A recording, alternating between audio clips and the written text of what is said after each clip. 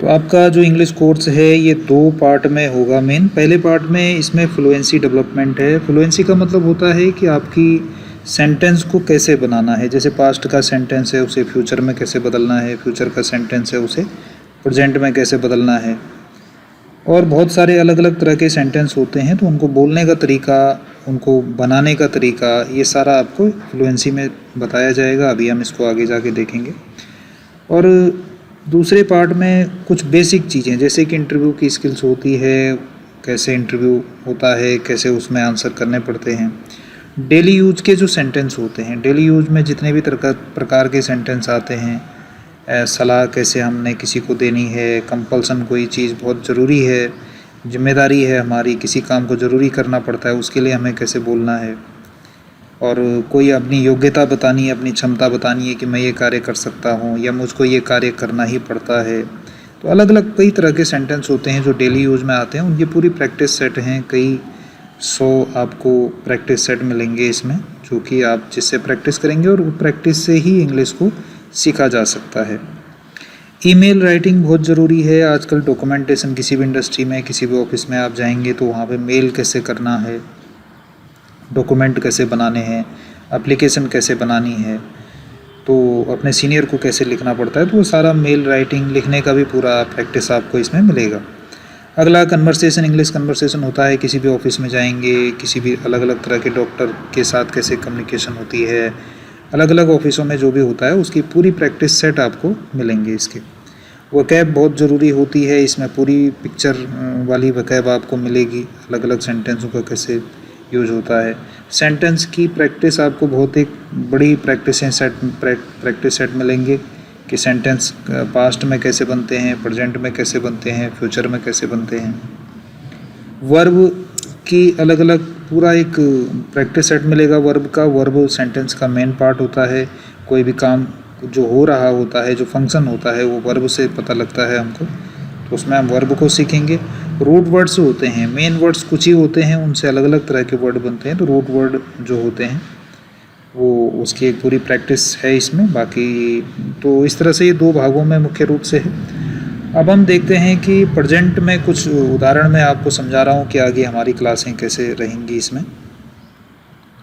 तो जैसे प्रेजेंट में हम सीखेंगे कि किसी भी सेंटेंस को हम बनाते हैं, तो प्रेजेंट में जो है एक तो वर्ब की जैसे फर्स्ट फॉर्म है आई टीच, मैं पढ़ाता हूँ, तो ये पहले तरह का सेंटेंस है जिसको हम हैबिट्स भी बोल सकते हैं। हैबिचुअल एक्शन, हैबिट्स में ना जो हमारी आदतें होती हैं, तो उसमें क्या होता है कि प्रेजेंट में जब हम करते हैं तो फर्स्ट फॉर्म लगाते हैं, मैं पढ़ता हूँ, मैं लिखता हूँ, मैं जाता हूँ, मैं आता हूँ। I teach, I listen music, है ना, आई रीड, आई राइट। तो ये हम ता है, ती है, इस तरह के नॉर्मल सेंटेंस जो हम बोलते हैं प्रेजेंट के होते हैं।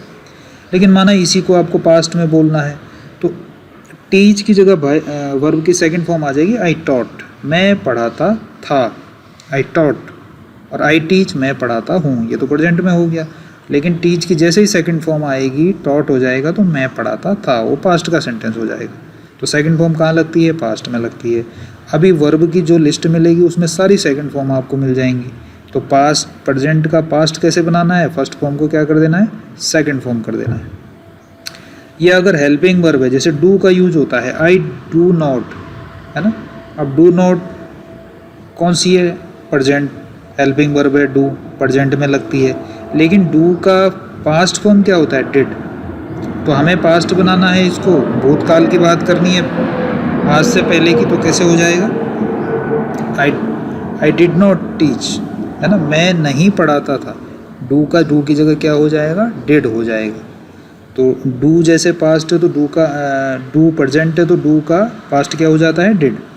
तो ऐसे हम धीरे धीरे प्रैक्टिस से सीखेंगे कि पास्ट का प्रेजेंट कैसे करना है, प्रेजेंट का फ्यूचर कैसे करना है। फिर अगर हमने helping verb do, did, can, could शुरू में लगा दी तो क्या हो जाता है? सेंटेंस इंट्रोगेटिव हो जाता है। जैसे कि डू हमने शुरू में लगा दिया तो इंट्रोगेटिव हो जाएगा, प्रश्न बन जाएगा। डू यू टीच, क्या आप पढ़ाते हैं? डिड यू टीच, डू की जगह डिड कर दिया तो पास्ट हो जाएगा, क्या आप पढ़ाते थे? डिड यू टीच, क्या आप पढ़ाते थे? तो डू का पास्ट क्या होता है? डिड होता है। When did you teach, when मैंने कब पढ़ाते थे। तो इस तरह से हम इंट्रोगेटिव बनाना भी सीखेंगे, धीरे धीरे हम पास्ट का प्रेजेंट, प्रेजेंट का फ्यूचर बनाना सीखेंगे। दूसरी तरह का, जैसे अभी आपने देखा था कि कुछ सेंटेंस क्या होते हैं, कंपलसरी होती हैं कोई भी चीज़, उसके साथ में क्या लगाते हैं हम, have to. I have to teach, मुझे पढ़ाना पड़ता है, ये क्या है, आई हैव टू टीच का मतलब, तो जहाँ कोई भी चीज़ बहुत ज़रूरी होती है, जो काम हमें करना ही करना पड़ता है, वहाँ हम क्या लगा देते हैं, have to. I have to teach, मुझे पढ़ाना पड़ता है। आई हैव टू रीड, मुझे पढ़ना पड़ता है। I have to attend my class, मुझे अपनी क्लासें अटेंड करनी पड़ती हैं, ज़रूरी है, कंपल्सन है, तो वहाँ क्या लगा देंगे, हैव टू। और अगर पास्ट की बात करनी है कि मुझे पढ़ना पड़ता था, तो हैव की जगह क्या आ जाएगा, हैड। हैव की पास्ट फॉर्म क्या होती है, हैड होती है। तो सीधे सीधे यहाँ पे हम आराम से इसको पास्ट का भी बना सकते हैं, आई हैड टू टीच, मुझे पढ़ाना पड़ता था, है ना। I do not have to teach, I did not, अब डू का हम क्या कर देंगे, पास्ट फॉर्म क्या आ जाएगी, डिड आ जाएगी, I did not have to teach हो जाएगा। तो इस तरह से हम पास्ट का, इस तरह से हम प्रेजेंट का पास्ट बनाना धीरे धीरे इसमें सीखेंगे। अब ये पूरा डिटेल में भी आएगा, अभी तो मैं थोड़ा सा आपको एक सैम्पल बता रहा हूँ कि कैसे पढ़ाया जाएगा। एक एबिलिटी स्ट्रक्चर होता है, एबिलिटी में ना जैसे हमें अपनी योग्यता दिखानी है, तो योग्यता दिखाने के लिए कौन सी वर्ब का हम यूज़ करते हैं, हेल्पिंग वर्ब का यूज़ करते हैं, कैन का, सकता हो, है ना। आई कैन, मैं आई कैन टीच, मैं पढ़ा सकता हूँ, है ना। आई कैन टीच, मैं पढ़ा सकता हूँ। I can't teach, can not भी लिख सकते हैं, कांट भी लिख सकते हैं। आई कैन नॉट टीच, मैं नहीं पढ़ा सकता हूँ, है ना। और अगर इसी को पास्ट बनाना है, पीछे की बात करनी है, तो आई कुड टीच, कैन की जगह क्या हो जाएगा, कुड। कैन की पास्ट फॉर्म क्या होती है, कुड। जैसे हैव की हैड होती है, ऐसी कैन की कुड होती है। आई कुड टीच, मैं पढ़ा सकता था, तो कैन की क्या हो जाएगी, कुड हो जाएगी। इसी तरह से हम आगे ये पूरे चैप्टर हम आगे जाके पढ़ेंगे, अभी ये थोड़ा सा आपको। और उसके बाद पॉसिबिलिटी स्ट्रक्चर है, जैसे मे का यूज़ करते हैं कि शायद, आई मे टीच, शायद मैं पढ़ा सकता हूँ, है ना। तो शायद ये संभावना दिखाने के लिए हम क्या प्रयोग करते हैं, मे का यूज़ करते हैं। ऐसी कुछ पास्ट का भी है इसमें। पास्ट के लिए मैंने बताया कि सेकंड फॉर्म यूज़ कर लेते हैं, आई बॉट, आई बाई। अगर मैंने एक कार खरीदी है लगाऊं तो आई बाई ए कार होता, लेकिन मैं पास्ट की बात कर रहा हूँ तो बाई की सेकंड फॉर्म क्या आ जाती है, बॉट। तो सेकंड फॉर्म की पूरी वर्ब की लिस्ट आपको मिल जाएगी। आई बॉट अ कार, मैंने कार खरीदी थी। प्रेजेंट, इस पास्ट का इस प्रेजेंट बनाना है तो सेकंड फॉर्म की जगह फर्स्ट फॉर्म कर देंगे, आई बाई ए कार। तो इस तरह से डिड आई, अब do I by A car, क्या मैंने एक कार खरीदी है, लेकिन यहाँ पे डिड है तो ये पास्ट हो जाएगा। डू की पास्ट फॉर्म क्या होती है, डिड होती है। यहाँ भी हैबिट्स दिखानी है तो आई यूज्ड टू स्मोक, मैं धूम्रपान किया करता था। अगर इसे प्रेजेंट का बनाना है तो यूज, ये डी हटा देंगे, ये फर्स्ट फॉर्म हो जाएगी, आई यूज टू स्मोक, मैं धूम्रपान किया करता हूँ। तो ये आराम से हम देखेंगे कि कैसे वर्ब की फॉर्म चेंज करके या हेल्पिंग वर्ब को चेंज करके हम पास्ट के प्रेजेंट बना सकते हैं। विल शेल लगाएंगे तो फ्यूचर हो जाएगा, है ना, फ्यूचर टेंस हो जाएगा। तो इनको हम डिटेल में अभी आगे पढ़ेंगे। पास्ट में भी कैन लगाया था, तो पास्ट में अगर हमें अपनी योग्यता दिखानी है तो जैसे हम प्रेजेंट में आई कैन बोलते थे, मैं कर सकता हूँ, तो पास्ट में क्या बोलेंगे, आई कुड, मैं कर सकता था। आई कुड प्ले, मैं खेल सकता था। आई कुड स्पीक, मैं बोल सकता था। I could speak in English, मैं इंग्लिश में बोल सकता था, या मैं इंग्लिश बोल सकता था। तो कैन की सेकंड फॉर्म पास्ट फॉर्म क्या हो जाती है, कुड हो जाती है। ये थोड़ा ध्यान रखना आप। ये आगे अभी हम पूरा इसको डिटेल में करेंगे। उसके बाद कुछ एक्सरसाइजें आपको मिलेंगी। ये अब जैसे ये कुछ और भी हैं, जैसे सजेशन हम किसी को देते हैं, यू शुड, आई शुड, है ना, आई शुड टीच, मुझे पढ़ाना चाहिए। यू शुड टीच, आपको पढ़ाना चाहिए, है ना। He should teach, he should teach.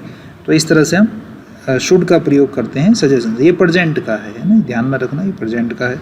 Necessity, कोई काम बहुत ज़रूरी करना हो तो आई मस्ट टीच, मुझे ज़रूर पढ़ाना चाहिए। यू मस्ट टेक एक्सरसाइज, आपको ज़रूर एक्सरसाइज करनी चाहिए। यू मस्ट टेक बाथ, या कुछ भी हम इस तरह से बना सकते हैं। तो मस्ट किसके लिए लगता है, नेसेसिटी, जो काम हमें ज़रूरी करने पड़ते हैं उसके लिए। You must take your class, आपको अपनी क्लासें रोज़ लेनी चाहिए, आपको जो अवश्य लेनी चाहिए। जो काम ज़रूरी करना होता है उसके लिए हम क्या प्रयोग कर लेते हैं, मस्ट का प्रयोग करते हैं। इसके बाद नो एसेंशियल, कोई बहुत ज़रूरी काम नहीं है तो मुझे आवश्यकता नहीं है। जैसे हम कहते हैं कि आई नीड नॉट टीच, मुझे पढ़ाने की आवश्यकता नहीं है। आई नीड नॉट रीड, मुझे पढ़ने की आवश्यकता नहीं है। आई नीड नॉट प्रैक्टिस, मुझे प्रैक्टिस करने की आवश्यकता नहीं है। तो जब हमें कोई चीज़ ज़रूरत नहीं होती तो हम आई नीड नॉट बोल देते हैं। एडवाइस देनी है किसी को तो यू हैड बेटर टीच, अच्छा है कि आप पढ़ाएं। You had better to take exercise, अच्छा हो कि आप एक्सरसाइज करें। You had better to learn English, अच्छा हो कि आप अंग्रेजी सीखें। You had better to attend your class, आप अच्छा हो कि आप अपनी क्लास अटेंड करें। तो एडवाइस देने के लिए यू हैड बेटर हम ऐसा भी लगा लेते हैं। आज्ञा देनी है तो हम बिना हेल्पिंग वर्ब वगैरह के हम सीधे बोल देते हैं टीच देम। ये थोड़ा सा आदेशात्मक शब्द होते हैं जब हम वर्ब का सीधा प्रयोग करके टीच देम, है ना। गो आउट सीधा बोल देते हैं। वर्ब हम जब शुरू में लगा देते हैं तो आज्ञात्मक इम्पेरेटिव सेंटेंस उन्हें बोला जाता है।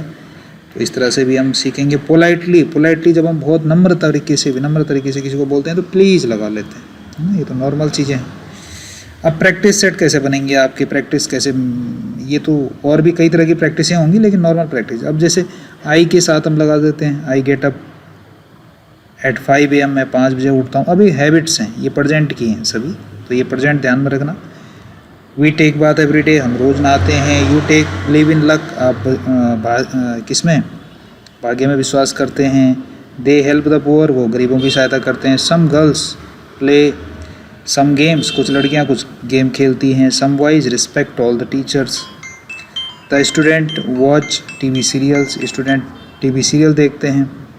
अब सीधे सीधे तो हमने लगाई, साथ में हम क्या कर सकते हैं, इनको एक दूसरे के साथ भी यूज कर सकते हैं। जैसे आई का यूज हम आई गेट अप, है ना, फिर आई का यूज हम I take bath, I believe in luck, I help the poor. I के साथ हम इन सभी का यूज कर सकते हैं। तो ऐसे ही हम वी के साथ भी इन सब का यूज़ करेंगे। We get up at 5 AM, we take bath every day, we believe in luck, we help, we, फिर हम यू का प्रयोग भी इन सब के साथ करेंगे।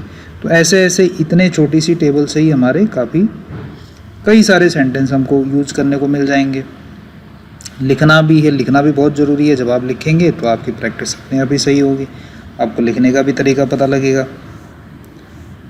इसी तरह से पास्ट की भी हम प्रैक्टिस करेंगे, है ना, और इसी तरह से हम प्रेजेंट की भी।